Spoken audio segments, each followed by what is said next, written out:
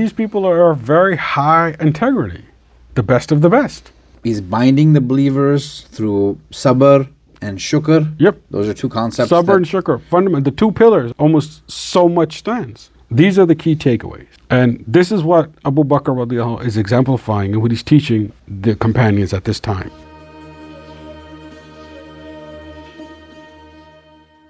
Assalamu alaikum wa rahmatullah. We tend to think that motivation comes from success. But in the life of the early Muslim believers in Makkah, it came from conviction before success ever even arrived. When garbage was being thrown at the Prophet ﷺ and his home, Abū Bakr is telling the believers, you will overcome the Persian and Byzantine empires. That wasn't delusion, it was leadership, it was vision, it was inspiration. I'm Sajjad, this is the Criterion Concepts Podcast.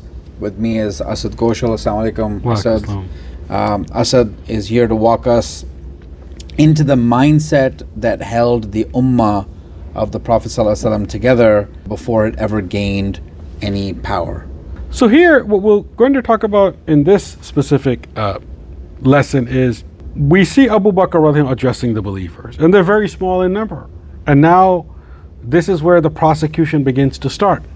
And Abū Bakr is laying the groundwork for the tribulations and the trials that are going to become much more intense. This is not delusion, but he's saying, one, Allah has promised victory even to existing empires. So here it's motivation of the believers, but he's also saying what is required to be successful during this very upcoming difficult period. So this is the groundwork. And the Sahaba do respond. They say, yeah, we believe whatever Muhammad says, and we believe Allah. But this is still a difficult idea for us to grasp our mind around, because right now, the immediate people here, the Quraysh, are rejecting the message, the majority. So how are we going to be victory in other theaters?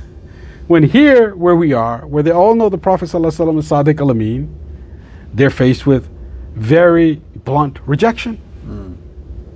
And they've already started receiving this rejection. Yes. Demonstrated. And they're facing hostility. And again, they're facing the hostility despite the fact that they have not violated any existing social customs or norms. Like, they have not murdered anybody, which is the capital offense, or they have not committed highway robbery. And there's no existing social norm that they've violated, because they can choose different religions. Right, there were Christians or Hunafa and exactly other groups at that time. Exactly, yeah, and they're grappling with this. I seem to remember in that scene there was actually even at one point the character, the actor who's playing Abū Bakr, the dialogue says something about, he's talking to this small group of believers and he's telling them, take it easy, right? I mean, what could he have possibly be meaning when he is saying take it easy? And I understand it's a dialogue in a series, but they obviously thought long and hard about what words they were putting in there. So what do you think they were trying to convey? No, he's talking about the importance of maintaining discipline and composure and temperament. That a good way to get your message rejected is to lose your cool, even if you're right. Why is that? Well, I mean, if you behave erratically, it's very hard to convince anybody. So the importance of discipline, maintaining composure, I mean, this is a fundamental, everyone will agree, these are noble characteristics. And if you're calling people to a noble message, you must exemplify those noble characteristics. Right. So if you're discipline and composure. Right. So even if you're faced with some sort of hostility or opposition, you need to maintain. It is essential that you maintain discipline and composure. But some people would say you just fight back. Or argue back.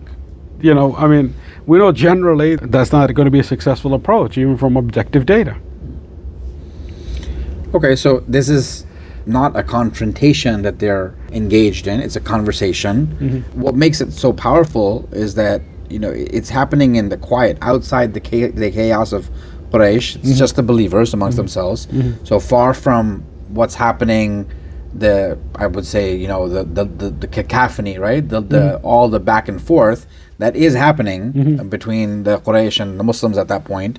So this is Abū Bakr radiallahu anh in a moment of reflection, right? It's almost like a meeting of the minds, and Abū Bakr radiallahu anh is helping them realize there are possibilities way beyond what you may be facing today. Yes, exactly.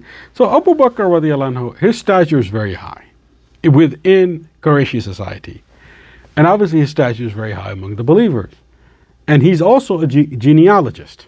So he has a very deep understanding of the lineage of all of the families within the Quraysh. And how does that play into this conversation? No, because these people, they do honor social sanctity. They do honor social norms. They're, of course they have some very bad practices like treatment of slaves, as we've talked about before, but they do have codes of conduct. They may not have a written constitution, but they have codes of conduct which they honor. And it's blasphemy if you do not violate it, when you violate those codes of honor. Right. So Abū Bakr radiallahu is of that stature. He's a genealogist. He's someone respected. He's a knowledgeable person. He's a successful businessman. And he is Rasulullah sallallahu alaihi wasallam's closest companion, adult companion. And here he's motivating them, but he's also preparing them.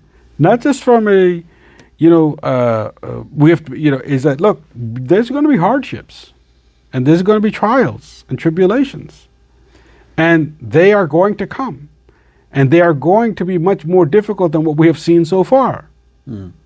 So what do you think the motivation here is coming from? Is it coming from clarity of purpose, or is it coming from Abū Bakr radiallahu anh saying, you will defeat the Persians and the Byzantines? No, it's more so clarity of purpose, right? And secondary is, let's just call it the temporal victory.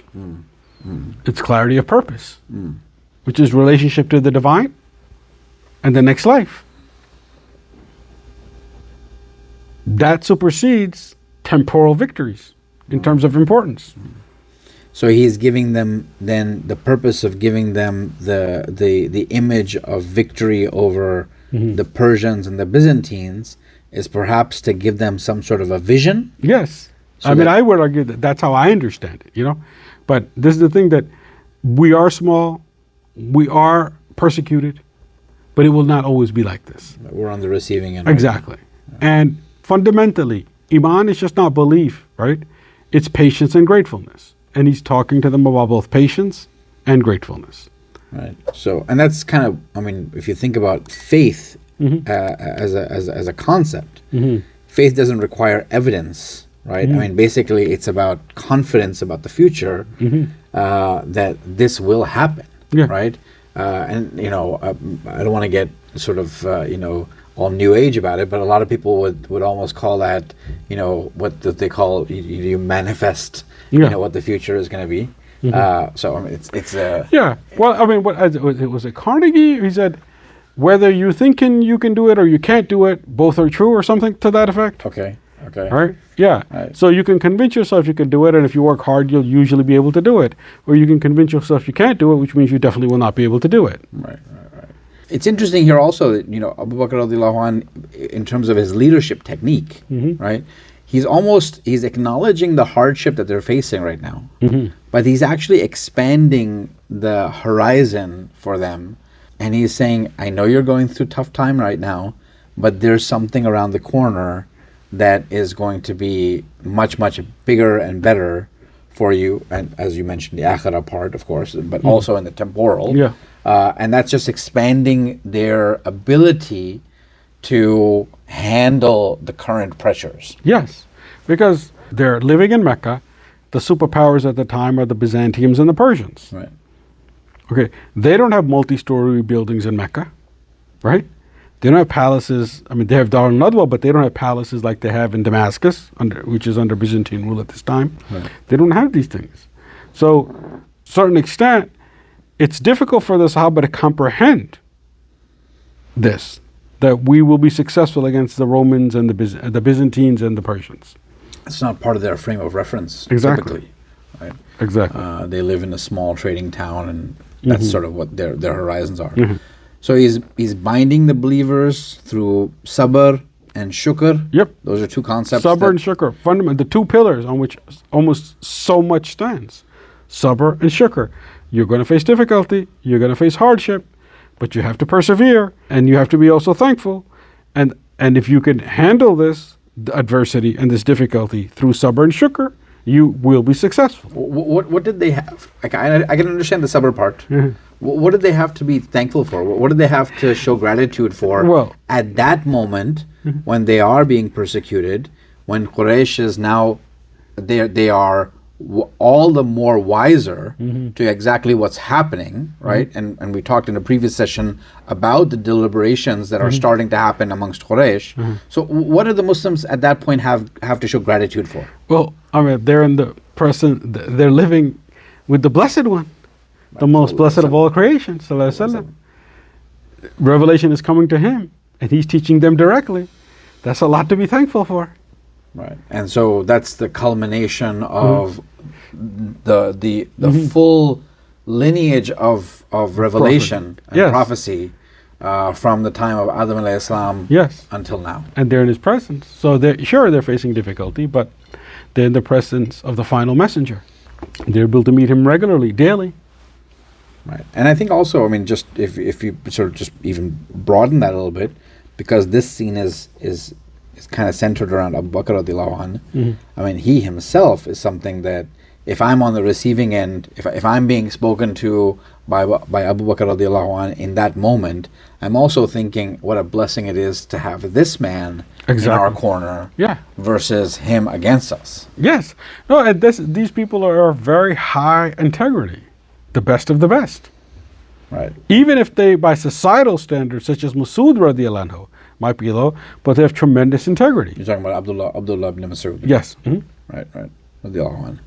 So there is a maturity, both emotional and spiritual, that Abū Bakr radiallahu anhu is bringing to this. Yes. Would you say that's also? I mean, you talked a little bit about how he's a genealogist and he's an elder. So you think those things are also, playing a role here? Yes, in the sense that Abū Bakr radiallahu anhu, see, all the Sahaba we know were great, but Abū Bakr radiallahu anhu is a great stabilizer. What is he stabilizing? What's here, like he's setting the stage. He's forewarning them. He's telling them this, but he's just not telling them it's going to be difficult. He's telling them what they need to do to be successful, right? And that's the sabr and the shukr part. Exactly. Because they weren't being told what to do, as in you need to go do 1, 2, 3. Exactly. They were just being told to be patient. Exactly. Character evolution. Character evolution. You see, like with this type of talk, the character of the Sahaba who are listening, who are part of this dialogue, including Abū Bakr, their character is being raised. Right. They're, and we mean this like they're people of sound character. They're people of integrity. Right. They're not just people of sabr and shukr, right? Of course, that's the foundation, but they're people who speak intelligently, who carefully choose their words, who are not bombastic, who are not unnecessarily confrontational. Not reactive. And they're definitely not reactive. Right. And even if they wanted to be, they're being told, don't. Exactly. Right. It's interesting here because it's a small group of people. They have a lot of external pressure. And we know from science also, when you put a lot of pressure on a system, it wants to react. Yes. Right? I mean, it wants to sort of burst and say, no more, especially if you're putting that pressure from the outside. But here they're being told, if you stay unified and if you stay in gratitude and you are patient, then that's a greater source of strength than anything else. Yes. And you see here, their love of the Prophet and their belief in the Prophet and their sallallahu alaihi wasallam and their commitment to the Prophet sallallahu alaihi wasallam. They know that it's going to be difficult, but they believe what he says. Now the Prophet sallallahu alaihi wasallam can't give them objective proof. That's faith. Right. but they believe. Right. And they say, yes, we believe what Rasulullah Sallallahu Alaihi Wasallam says. And we believe this. But we would like to ask is, Islam will not be able to export beyond these two mountains if the Quraysh themselves don't accept. And this was where Abū Bakr says, yes, the Quraysh will accept. They will accept. Maybe not all of them. Not all of them. And yeah, he does say that there will be some who will have actually have died before, he says that they will eventually accept. And effectively that happens in Fath Makkah. Yes, exactly. And so this is the thing. So the importance of maintaining composure, the importance of discipline, accepting truth, obedience to Rasulullah Sallallahu Alaihi Wasallam, having a faith idea, a principle that you just are not verbalizing, you actually believe, and then your actions are in accordance with it. Talk to us maybe as we move forward and we try to wrap up things. What's the psychology of leadership? Mm-hmm. You've led teams, mm-hmm. you've led operations. Mm-hmm. What's the psychology of the leadership that Abū Bakr radiallahu anhu is bringing, mm-hmm. especially when the team is under fire, effectively, right? Well, one very fundamental thing is he tells them the truth. He tells them it's going to be hard, but he tells them that we're going to come out very well on the other side. So it's very important to put the cards on the table and mention the importance of telling the team, even if it's going to face difficulty, the truth. And those who are committed to the mission or the objective of even a company, they will rally around that mission. And it's when there's a distrust factor, we call it a trust deficit in corporate America, right? Right. Then it's over before it's even started. Right, because if your troops can't trust you, they're not going to follow you. Exactly. Can you maybe map that to sort of how you think this is somewhat of a generalization, which is very difficult to do, for the overall Muslim community. Mm-hmm. But where do you think we are on that sort of trust scale today? Or rather, let me ask a different question. When it comes to being told the truth, right, by leadership and by communities, sort of how much of a truth recognizing community are we right now? Do we really understand where we are, or do you think that there's still a lot to be sort of understood for what it is? I don't think we're as transparent as we should be, and I think that's one of our challenges, because that is one of the reasons for our intellectual stupor and intellectual paralysis. So, for example, we have to dig deeply and reflect deeply of the dysfunctionality in many Muslim majority societies, and you can't explain that away only by saying, well, we were colonized. That's not a satisfactory answer. Right. Okay, sure, colonialism is part of history, but when do you take ownership of your own situation? Sure. Either before the colonization or afterwards. Exactly. And both of those are material to this. Exactly. And I think that this is the thing that, we should be thinking people, we should be analytical people, and we should know what our strengths are and definitely what our weaknesses are so we can improve our weaknesses. But glossing over the weaknesses, acting like they don't exist, right? We are going to continue at best to run on a treadmill. Or on a hamster wheel. Yes, that's probably a better analogy, yes. But you just spoke about Muslim majority countries, mm-hmm. or Muslim majority societies. Can you just maybe quickly also touch on the diaspora communities? I mean, mm-hmm. where are the diaspora communities when it comes to our understanding of where we are, mm-hmm. and what the challenges are that we have to be facing, or that we mm-hmm. are facing, but maybe not acknowledging, mm-hmm. Because it could be standing in front of you, but if you're not acknowledging it, mm-hmm. You think that there's a sort of similar situation happening there as well? No, I'm inclined to think that there definitely is, but I think that would take a much more lengthy answer, right? The key thing is we have to encourage the development of people who are productive citizens in whatever society they live. So if you live in a Western society, you should be adding more to that society than you're taking, at the most basic fundamental level. You should be adding more to that society than you're taking. Because if you take more, then... Well, you're a parasite. You said it. Yes, exactly. So I think that's a key thing. A Muslim should be a productive citizen in any environment that they live. And we know, okay, some people may need help, etc., but it shouldn't be a lifestyle. Yeah, that's a lot to reflect on. Exactly. And I think that that's our challenge. Here, what we're saying is, it is not intended to be easy. It's not intended to be It's not intended to be easy. And we know anything that meaningful that you achieve in life takes effort. You know, even to make the local high school sports team, usually you have to be in shape. Sure. There might be a couple of people on the team who are just so gifted athletically that they can make it without being in shape. But most of us, if we want to make the soccer team, sure, we have to run before soccer season and be in shape before the season starts. Right. As we close off here, what would you say are the Persia and Byzantium, symbolically, for the Muslims today? I'm not sure if our challenges are really foreign empires. Our challenges are primarily internal. So what is the equivalent? I mean, I don't know if we really want to go down this road, but I was trying to think about just pleasure-based algorithms are doing more damage to people's psychology than any external actor.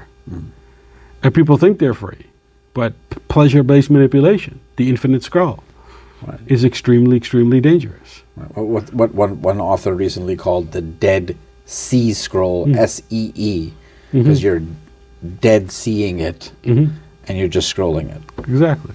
And so when we talk about things like surveillance capitalism and these type of things of, that people are going in, there's a want and it's being manipulated in a way that it becomes a need. And those types of things, of course, that's modern marketing. Sure. And many people are falling within that trap without really thinking reflectively. Overturning those, so to speak, the way the Muslims at that time spoke of overturning Persia and Byzantium doesn't even seem like it's possible. But I'm sure, just like we're talking about, it didn't seem like Persia and Byzantium being overturned seemed possible at that time to those Muslims either. But it was something that they were able to achieve. Yeah. I mean, the key here is this. I mean, one, a shared vision builds resilience. Two, motivation comes through clarity of purpose, which is probably the most important thing. Right. Okay? And then leadership is rooted in both composed emotional and spiritual maturity. Sure. These are the key takeaways. And this is what Abū Bakr-ra is exemplifying and what he's teaching the companions at this time. They're already getting resistance, and now it's going to get much more intense. All right. Well, thank you, Assad, for helping us navigate this. Abū Bakr-ra did not motivate with fantasies, he motivated with faith. He told a small group of believers who were effectively being persecuted and hunted, you will prevail over the greatest powers on earth. And they believed him because he first believed and conveyed that belief and inspired them to believe that. So here's the challenge that this session with for ourselves and for everybody else. What future are you preparing others for by the way you speak and the way you stand today, just like Abū Bakr-ra did once upon a time? Join us soon for the next session. Until then, Assalamu alaikum wa rahmatullahi wa barakatuh.